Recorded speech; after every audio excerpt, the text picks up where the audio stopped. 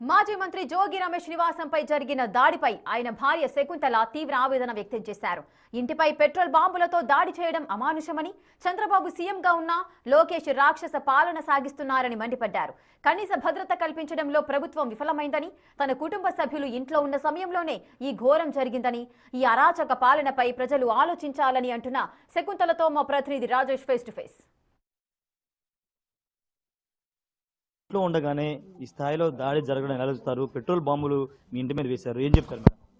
ఏం చెప్పేదండి మనం మనుషులు అన్నది వాళ్ళు పూర్తిగా మర్చిపోయారండి. మనుషులు చంపడానికైనా వెనకాడారు.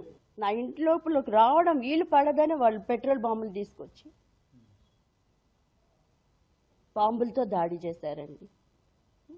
మామయ్య గారు ఉన్నారు, పెద్ద ఆయన ఏంటండి అసలు పరిపాలన అందించాల్సిన సీఎం ఇంత భయంకరంగా పరిపాలిస్తున్నాడే. మనుషులు చంపడం పరిపాలించడమా? మన ప్రజాస్వామ్యంలో లేమా అండి? మనుషుల్లాగా ప్రవర్తిస్తలేదండి. వాళ్ళందరిని ఇంటి మీద తీసుకొచ్చి అట్లాగా దాడులు చేయించారంటే ఎక్కడ ఉండాల్సిన వాళ్ళు వీళ్ళందరూ? ఇట్లా దాడులు చేస్తున్న వాళ్ళందరూ ఎక్కడ ఉండాల్సిన వాళ్ళు? అడవుల్లో ఉండాల్సిన వాళ్ళు.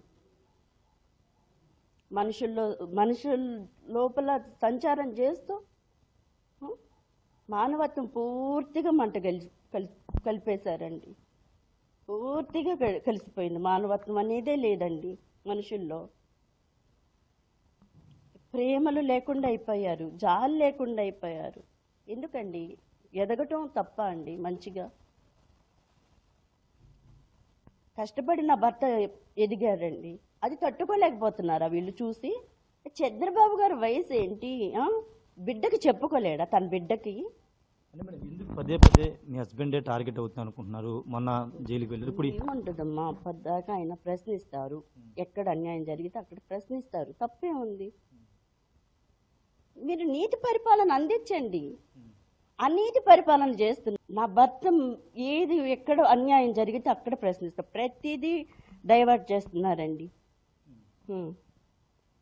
ఆ కల్తీనైది డైవర్ట్ చేయడానికి నిన్న అంబటివి గారి మీద దాడి, ఇవాళ నా భర్త మీద. అప్పుడు నా భర్తను అరెస్ట్ చేశారు, అప్పుడు కూడా డైవర్ట్ చేయడానికి. అక్కడ కూడా ఎంతమంది చనిపోతే ఆ రోజున కూడా నా భర్తని టార్గెట్ చేసి డైవర్ట్ పాలిటిక్స్ చేస్తున్నారండి వీళ్ళందరూ.